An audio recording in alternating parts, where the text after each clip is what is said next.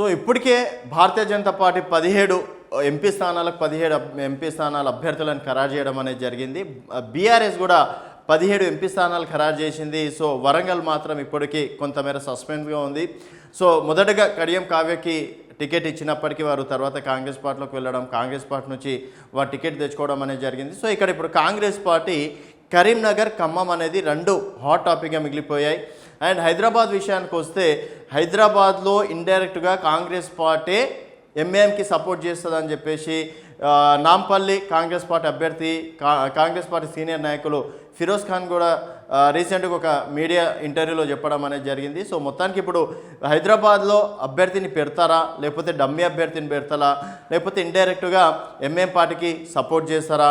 హైదరాబాద్ నియోజకవర్గం పక్కన పెడితే ఇప్పుడు 2 నియోజకవర్గాలు మాత్రం ఇప్పుడు హాట్ టాపిక్గా మారాయి. అందులో ఖమ్మం ఒకటి, కరీంనగర్ ఒకటి. సో మొత్తానికి దాదాపుగా రేపటి వరకు అభ్యర్థులని డిక్లేర్ చేసే అవకాశాలు ఉన్నాయని చెప్పేసి అంటున్నారు. సో రేపు ఖరారు అని చెప్పేసి అన్నారు. 3 స్థానాలకు కాంగ్రెస్ అభ్యర్థుల ప్రకటన. 13న ఢిల్లీలో ఎలక్షన్స్ కమిటీ మీటింగ్. హాజరుగానున్న CM, deputy CM. Khammam, Karimnagar పైన ఎక్కువ ఫోకస్. 2 చోట్ల బలమైన పోటీ. అభ్యర్థుల ఎంపికపై ఎడతెగని ఉత్కంఠ. సవాల్గా మారిన సామాజిక సమీకరణాలు. 14 స్థానాల్లో గెలిపే లక్ష్యంగా ప్రణాళికలు. హైదరాబాద్లో మస్లిస్తో ఫ్రెండ్లీ కంటెంట్. పెండింగ్ స్థానాల్లో అభ్యర్థులను ఖరారు చేయడంపై కాంగ్రెస్ సెంట్రల్ ఎలక్షన్ కమిటీ శనివారం ఢిల్లీలో ఏఐసీసీ కార్యాలయంలో సమావేశం కానున్నది. తెలంగాణలోని మొత్తం 17 స్థానాల్లో 14 మంది అభ్యర్థులను ప్రకటించిన పార్టీ అగ్రనాయకత్వం కరీంనగర్, ఖమ్మం, హైదరాబాద్ స్థానాలకు పెండింగ్లో పెట్టింది. హైదరాబాద్లో మస్లిస్తో స్నేహ సంబంధాలు ఉన్నందున ఫ్రెండ్లీ కంటెంట్ మాత్రమే పరిమితం కావచ్చన్న వార్తలు వినిపిస్తున్నాయి. కానీ ఖమ్మం, కరీంనగర్ అభ్యర్థులుగా ఎవరిని ఖరారు చేశారన్నది ఉత్కంఠగా మారింది. ఒకవైపు పార్టీ నేతల నుంచి ఒత్తిడి, మరోవైపు సామాజిక సమీకరణాలు పార్టీ నాయకత్వానికి సవాల్గా మారాయి. 2 చోట్ల బలమైన పోటీ నెలకొనడంతో అభ్యర్థుల ఎంపిక సంక్లిష్టంగా మారింది. ఒకరోజు పర్యటన నిమిత్తం గురువారం ఢిల్లీ వెళ్లిన ముఖ్యమంత్రి రేవంత్ ఈ 2 స్థానాల్లో అభ్యర్థుల గురించి పార్టీ నాయకులతో చర్చిస్తారని వార్తలు వచ్చినా కేవలం ప్రైవేట్ టీవీ ఛానల్స్ ప్రోగ్రాంకు మాత్రమే పరిమితమయ్యారు.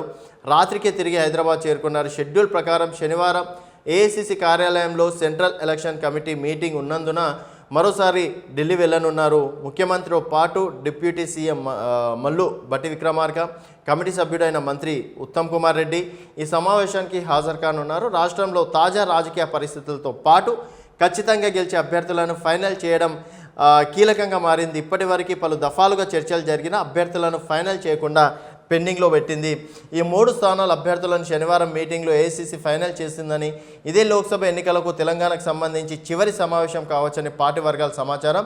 రాష్ట్రంలో 14 అభ్యర్థుల ఎంపిక విషయంలో అటు ఏఐసీసీ, ఇటు పీసీసీ నేతలు ఆచితూచి అడుగులేస్తున్నారు.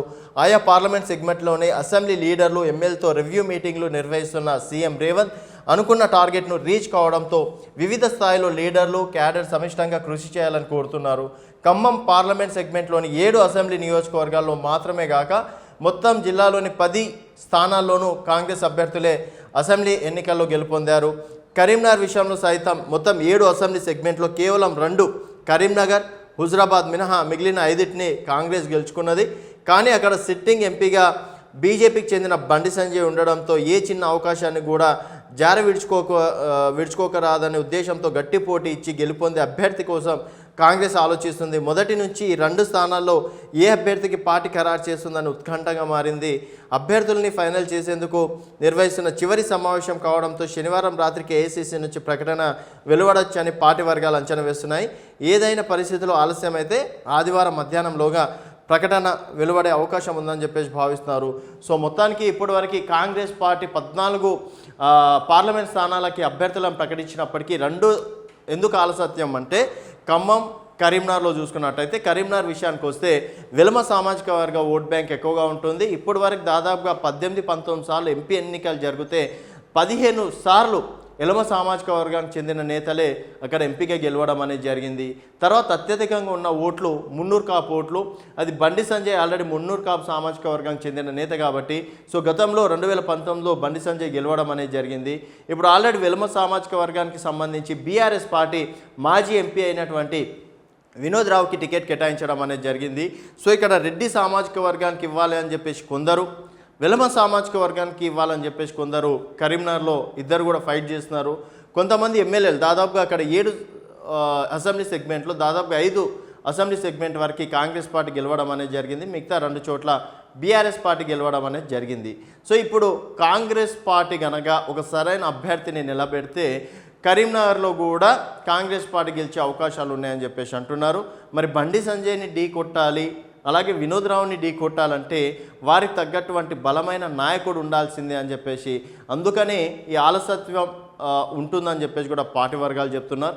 ఇంకా ఖమ్మంలో ఎవరిని పెట్టినా కూడా గెలిచే క్యాండిడేట్ ఖమ్మం పార్టీ వన్ సైడ్గా తడిగుడ్డు వేసుకొని అనుకోవచ్చు. జస్ట్ నామినేషన్ వేయడం, రిజల్ట్లో ఖమ్మం గెలుపనే ఉంటుంది. కాకపోతే ఈ గెలిచే సీట్లు ఎవరికి ఇవ్వాలి? ఆల్రెడీ 3 మినిస్టర్లు, మల్లు భట్టి విక్రమార్క సతీమణి మల్లు నందిని కావచ్చు, ప్రసాద్ రెడ్డి కావచ్చు, పొంగులేటి శ్రీనివాసరెడ్డి తమ్ముడు ప్రసాద్ రెడ్డి కావచ్చు, తుమ్మల నాగేశ్వరరావు కొడుకు, వారు కూడా ఈ 3 ఇట్లా ఎవరికి ఇవ్వాలి? సో 3 ఇట్లా ఎవరికి ఇచ్చినా కూడా మళ్ళీ కాంగ్రెస్ పార్టీలో వర్గపోరు మొదలవుతుందని చెప్పేసి మరో 2 పేర్లు అయితే కాంగ్రెస్ పార్టీ అంటే ఆచితూచి అడుగులు వేస్తుంది. అందులో మాండవని రీసెంట్గా కాంగ్రెస్ పార్టీలోకి రావడం, రేవంత్ రెడ్డికి సన్నిహితుడు కావడం, తర్వాత అక్కడ కమ్మ ఓట్ బ్యాంక్ అనేది ఎక్కువగా ఉంటుంది కాబట్టి సో అలాంటి వ్యక్తికి టికెట్ ఇస్తే అంటే ఇంకా మెజార్టీ ఎక్కువ ఉండే అవకాశాలు ఉంటాయి.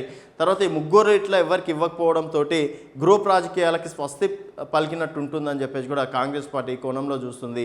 సో మరి రేపటి వరకు అయితే ఎవరి అభ్యర్థులు అనేది వేచి చూడాల్సిన విషయం. సో ఖమ్మం కావచ్చు, కరీంనగర్ కావచ్చు, ఎవరికి టికెట్ ఇస్తే గెలిచే అవకాశాలు ఉంటున్నాయి అనేది మీ అభిప్రాయాలను కింద కామెంట్ రూపంలో తెలియజేయాలి.